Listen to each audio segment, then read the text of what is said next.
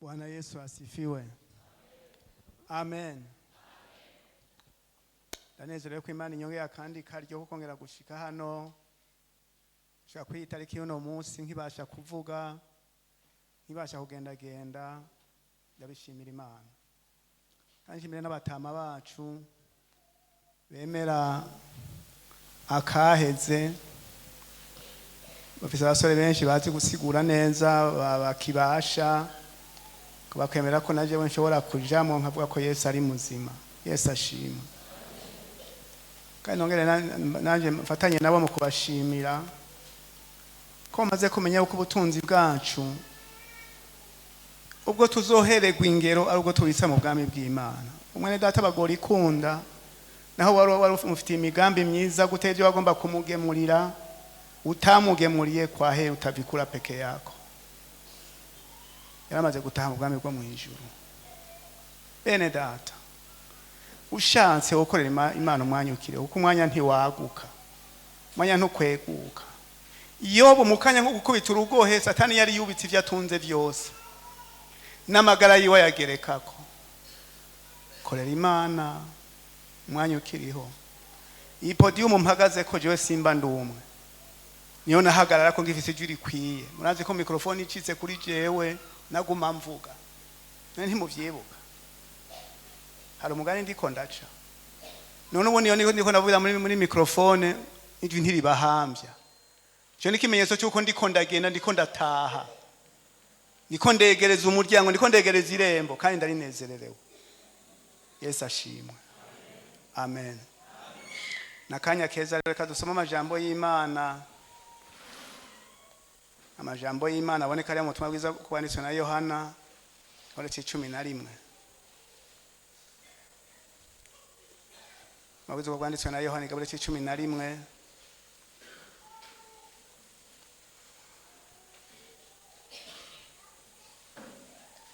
Kuva ku murongo wa mbere gushika ku murongo wa 5. Yesu azura Lazaro. Arwaragwaye ni Lazaro w'i Betania wa musozi Maria na mwene nyina Marita babako. Uwo Maria niwe yasize umwami Yesu amavuta atamirana ku birenge amuhanaguza umushatsi wiwe.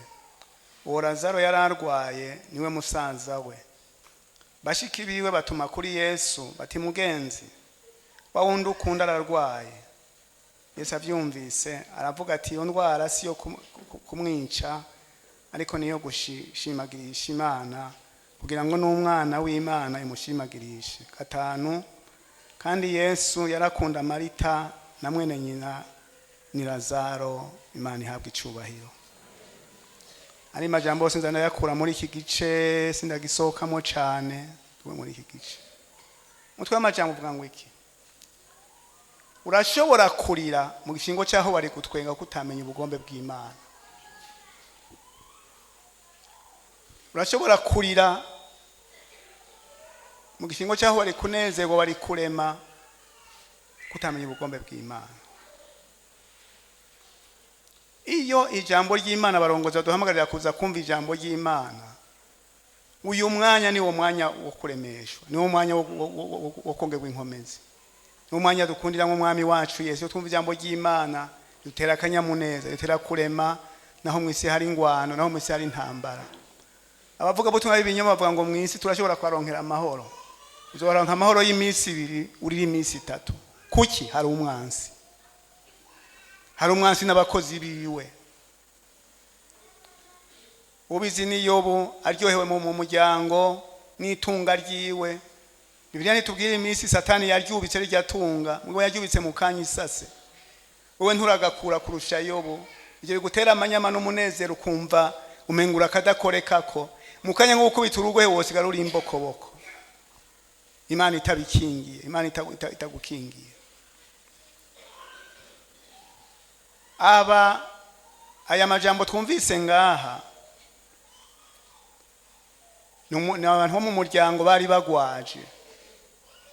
Ubona ko Satani afatira ku bintu by'ubugaba bwiwe bibiri, afatira ku bukene, agafatira no ku ndwara. Ibigaragazo bikuru nyamukuru bihagarariye kuri ivyo bintu bibiri, ubukene n'indwara, amagara y'abantu. Urabona Satani yabwiye Imana burya Yobu nakubahira ikindi, akuba kuko wamuhaye itunga, ukamuha kugubwa neza, ukamuha kurya no kuranza, wowe imwaka niyora atakurogoseko. Wowe imwaka bigomba kutwereka ko Satani afite yifuhe natujya dukeye ufise. Siwazobona aratwubitse, siwazobona aradutabagaje, siwazobona aragukenesheje, siwazobona aragusubije kuba mayibobo. Niyo migambi ya Satani. Kandi Bw'Imana ikiganza cy'Imana kitagukingiye, Satani arabishobora. Tubibwirwa niki no kuri Yobu. Imana yabwiye Satani ati genda ugerageze mubwo bugingo bwiwe ntubukoreko. Mukanya ngo gukubita urugo itunga rya Yobu, atawundi muntu araboneka atunze kwisi nkawe, yararyubitse mukanya isasa. Ngo abone Yobu ntatutse Imana, ngo amagara akabwa yandi. Kora ku magara yiwe naho urabe. Ibigaragazo nyamukuru ni bibiri, n'ubukene n'indwara, amagara. Aba nabo bari bafise musaza w'abarwayi. Hari ikintu kintangaza kuri aba bantu. Murazi aho Yesu yaca hose,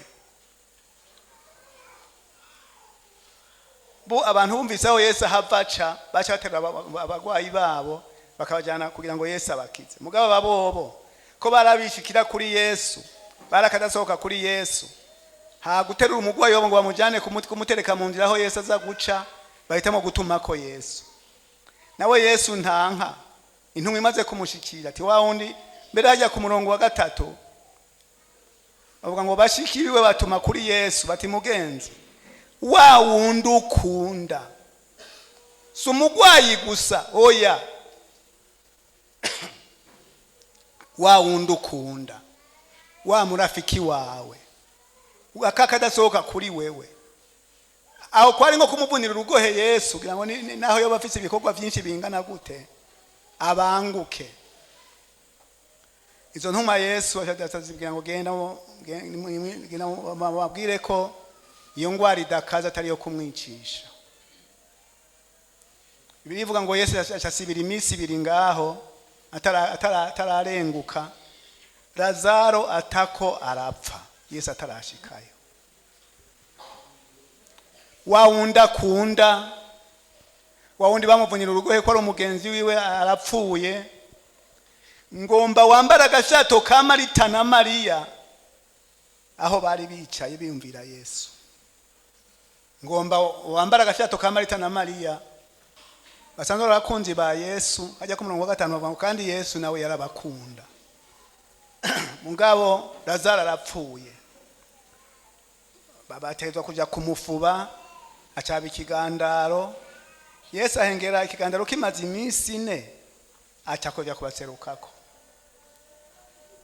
Indamukanya bamuramukije, murabona bakoze amajambo y'urupfasoni, mugabo arimo kumwereka ko burya amarira turimwo, ikigandaro twicayeko, amakuba turimwo uyafizemo uruhara ukumubwira ngo iyo wari hano musaza wacu ntawe yarapfuye.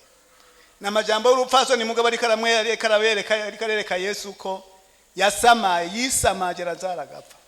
Mugabo mbabwire, Yesu yarasamaye,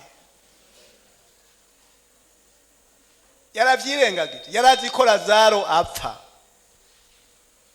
Mbere izo ntumwa zizigiye yazigarabwira bigisha ngo ndanezerewe ko Lazaro agwaye, ngo kuko iyo ngwara izoshira Imana hejuru, yo naje ngishire hejuru. Yesu ashimwe. Mugabo kuri bashiki ba Lazaro bwarubwira kabiri ko babonye musaza wabapfuye, Yesu ntabaserutseko, wahengera ci iminsi nayo babona Yesu araje. Bashiki bati indamukaje bamuramutse bati mwami, iyo wari kuba wari hano musaza wacu nawe yarapfuye. Nukuvuga iki? iyo wari kuba wari hano ntituba tugandaye, iyo wari kuba wari hano ntituba turiko turarira, amosozi ntaba twuzuye amaso, tuba twaratabawe, musaza wacu abari ngaha. N'amajambo y'urupfasoni mugabo mabi atagushima kurimwo. Bari bizeye, barabanataje baregwa imbere ya Yesu, mugabo barareka, barapfisha, arapfa. Ibiganiro ingene bagiye baraganira sindabisubiramo, muramora mubisoma muravyumva. Yesu arabwira toya, unyizeye naho yoba yarapfuye azosubira kuba ateye gome. Ivyo turabizi mwizuka ry'abagororotse, iyo turabizi tuzosubira kumona habazo abantu bazozukira bose. Atoya sivyo ndiko nababwira ngo bona ntibatahura ivyabo byari karababwira ati basi ngo muje kunyereka wa mwamuhambye. Ndababwire Marita na Mariya iyo baza kumenya ko Yesu azozura Lazaro, hari amosozi batari kurira. Naho bari gutegura ikiganiro, bari kugitegura reja ko bari bazi taho Yesu azozira kiriyo kitayisha.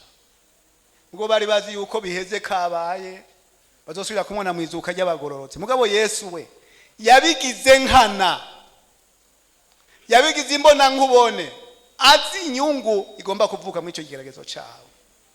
Ubabona ko ikora zaravyuka ku musego, mugabo Yesu akabona ko kumukura mu mva ko ari cyo kizozana abantu benshi mu bwami bw'Imana.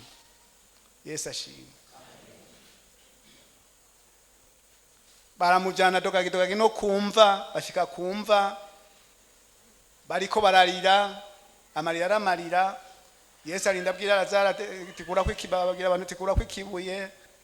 Bashikiba Yesu bati yo mwami, erega hari cyo twibagiye kukubwira ngira ntiwacumvise neza, amaze ngaha kane asigaye anuka. Yesu atumva ivyo namye ndabankira sivyo. Munazi ko bace bakura kwikibuye, Lazaro akava mu mva, Yesu akamuhamagara akavayo. Biblia gwawe nagwanye ntitubwiri ivyakurikiye, itubwiri iki kiyago cha Yesu na Marita na Mariya ingene cyabandanije. Nimba barasubiye mu ryajambo ngo yuba wari hano, sinzi ko basubiye no kubakwa kuricisha no mu kanwa. Mugabe iconzi ico nuko yaba Marita yaba na Mariya barabonye kuguteba kwa Yesu kwashika ariko kwa kamaro kurusha ivyo bari bimviriye. Yesu ashimwe. Guteba kwa Yesu niko kwari mwinyungu, guteba kuza kubatabara niko kwari mwinyungu.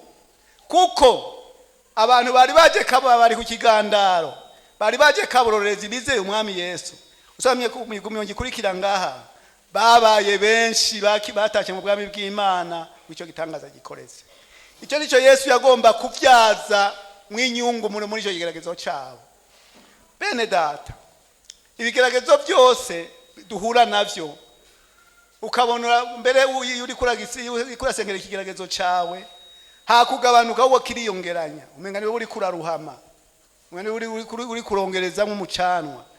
Urasenga hakugabanuka uwo kikiyongeranya, waririra Imana aho ukamenga niwe gitumye gikara gusumba. Humura gumye umutima, intambara zo murwanizi. Yesu ntananiwe, arafise icyo yokora, arafise icyo agomba kuva ku kigeragezo cyawe. Turi n'umwansi Satani ari wadute. Si Yesu yari yatuye Lazaro agwara, oya. Mugabo mu ngwara ya Lazaro harakiza abantu batari bake batashe mu bwami. Reka turabujya murongo wa 40 na kangahe hajya mu 45. Nuko benshi muri abo bayuda bari baje kwa Mariya, babonye icyo Yesu akoze baramwizera. Ubu ni wo mwimbu Yesu yagomba. Ndabizi neza yuko Marita na Mariya babonye umwimbu uvuye muri ubwo rubanza. Nabonye ntibasuye gukura ko n'umuntu barabonye bati guteba kwa Yesu niko kwari uko akamaro kurusha kunyaruka kwacu. Bene data bakundwa, mwisi turi n'amarushwa, mwisi turi n'amagorwa, ariko humura. Umaze iminsi uri mu masengesho y'umutwaro ukugoye washize imbere y'Imana, hakugabanuka ahubwo uriyongeranya. Icyo Satani bagomba ko twiziguruka Imana. Tubona ko Imana kuyizera no kutayizera ari cyo kimwe. Abayizera baragorwa, abayizera baragwara, abayizera barasonza, abayizera barakena, umenga ntacimaze, umenga ntacishoboye. kuko abantu babona Yesu aje ku munsi ugira kane bari mu kigandaro. Tunye ku majambo twarengayo turasomye hajya ngo barazanye bati none uyo naho bavuga ngo barakundana yamuguruye ibimuga aho muri impumyi ngo barakundana n'icyo abamariye ntabe yaraseruka Lazaro atarahwera none ahengere Lazaro amaze kane mumva aje kubakora kwitama baravuze amajambo atandukanye uje butandukanye. Ico nico Satana bagomba yaduteza amakuba n'amananiza kugira ngo abantu biziguruka Imana, abantu bati Imana, abantu bati vyizizwa ku Mana. Mugabo mwene data twicaranye hano no munsi nagomba kuremesha nkuko magwe yaturemesheje, nagomba gutera intege ntucike inkokora, iwacu ni mwijuru. Yesu ashimwe. Iwacu singaha mwisi ana duca turengana ibigeragezo urimo n'amagorwa urimo n'amakuba urimo. Ico ndakekeranya ko cyoco niki abo umusore ari namosozi yiwe, aba inkumi ari namosozi yayo, abo mutama ari namosozi yiwe, abo mupfaka ari namosozi yiwe. Mugabo ayo yose Imana irayabona. Imana iraza amagogo maze mw'iminsi, yaza amakuba maze mw'iminsi, yaza ibibazo iminsi bikubabaza. Ichi Imana igomba, ichi Imana iguhamagarira nuko yizigira. Kuko iyo Yobu aza kumenya ibigeragezo byo bizotahirira kwivya Imana yari yaramuhaye vyavyo noneka bizobimusubiza kabiri. Hari amajambo y'ibiraguragu yo kwisiba atari kuvuga. Aba Marita na Maria iyo baza kumenya yuko Lazaro baza kumutahana, ikiyago cyo kuva kumva bataha muhira bari kumwe na Lazaro. Ndaronye igitabo ngo kidondora ijo ako kahise ngo numva ingene ba Marita na Maria namba baramusavye imbabazi, namba barambwiye bati Yesu turatubabarira nitwari tuzi kumukurayo, nimba vyagenze gute jewe nawe ntavyo tuzi. Mugabe iconzi ico nuko nabo nyene barabonye ko gute bakuza guseruka kwa Yesu mu magorwa yabo, mu marira yabo, kwari uko akamaro kurusha uko biyumvira ko akwiye kunyaruka. Guteba kw'Imana bene data kutarenga uko umwanya uba wayihamagariyeko, si ukwirengagiza n'umwanya wayo n'ubugombe bwayo. Kandi umunsi uzoseruka mu magorwa yawe uzobona ko hari hageze. Yesu ashimwe. Tugomba rero gusenga Imana. Umaze iminsi ufise ikigeragezo, naho wowe uri umwe, amarira yawe Imana irayababaye, amosozi yawe Imana irayababaye. Imana igomba kugutabara. Uri umwigeme, uri umupfakazi, uri umusore, uri umumama ari mu rugo bigorana, ereka iki Imana ibereho ngo iduhanagura amoso, dutabare tukiri muri rugendo rurimo amagorwa n'amakuba. Haguruka buhoro buhoro uhagararaho nyene mu ntebe. Kandi sindakubwira ngo uze ngaha imbere, abaza ngaha imbere ndabavuga ko hanyuma. Haguruka usenga Imana, kuko wanse guhaguruka icyo kigeragezo kizogutsindagira kigute hasi. Uzomenyekana ko wari n'amagorwa Imana yari yaguhamagara ngo utabare ubundi uyu munsi ukanga ukaburimwo. Haguruka.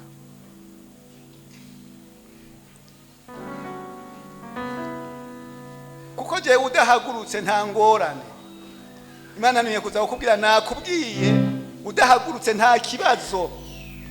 Mugabe iconzi ico ashaka buyize arafisa amosozi yiwe, ashaka bumutunda arafisa amosozi yiwe. Amagorwa yawe urayazi, kije ukuntu kubita ku mutima ukavuga ati yo Imana yonseruka ko ngaha kuri uruhande yo bintabaye yemwe urakizi. Iconzi ico kimwe nuko Imana itavugira ubusi, ico ndakizi. Kandi Imana irindi ndeka ngo nzeruke ndahanda kubwire nuko izi yuko hari amosozi yawe. Haje kugandaro kwa Marita na Maria, hari abari baje kaburorerezi udakororera ingene bigenda. Abonye bagiye kuva bavuze ati tugende turabe uyu muyuda umuvugisha yibesha turabe cyagiye gukora kumva. Mbere birivuga ngo abandi bavuga ngo agiye kuririra kumva, agiye kurira amosozi kumva. Hari abantu baza kaburorerezi ngaha bamaze imyaka baza kaburorerezi. Acha kupoteza muda, njoo kwa Yesu mwamini. Atashaka kwizera umwami Yesu. Nego mufisi ibibazo nigumiraho mu ntebe baje. uko guhagarara ukabyemera ukajya imbere y'Imana ati mwami ndahagaze ndagambutse ndahagaze. Imana itangure guhura n'ikibazo muhanganye naco.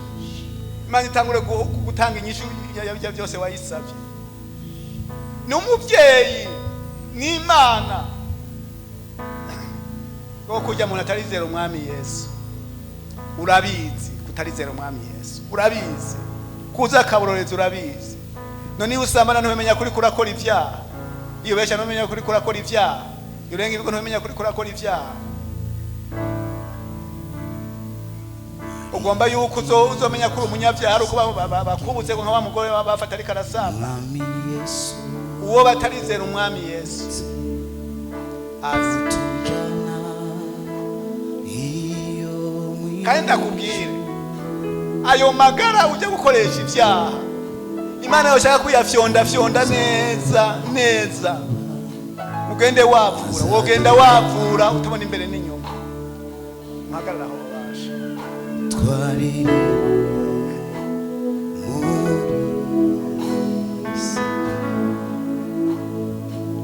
nuze nawe wesha nawe wundi usigaye nuze kwizera umwami Yesu ntibiteye isoni nakamara manza karimo kazamugane mutamari opora shike hano babandanye kubabwira ibisiga mugabo kaburi mu bihe utatarakira umwami Yesu urabizi warasubiye inyuma urabizi tuzibagiri imibabaro yose mbega uko bizaba bimeze. Nishimiye kuzomubona Yesu, nishimiye kuzakubona Yesu, uzaza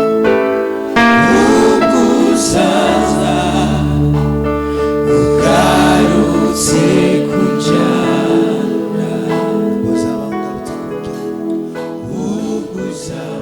ugeze ku bicu, ugeze ku bicu.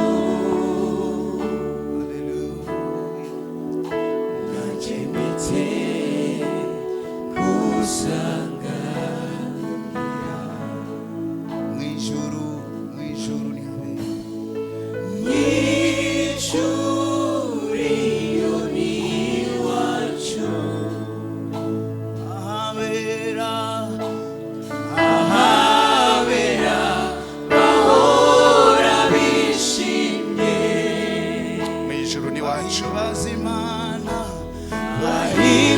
Bw'Imana ubuziraherezo niyo tuzoja aho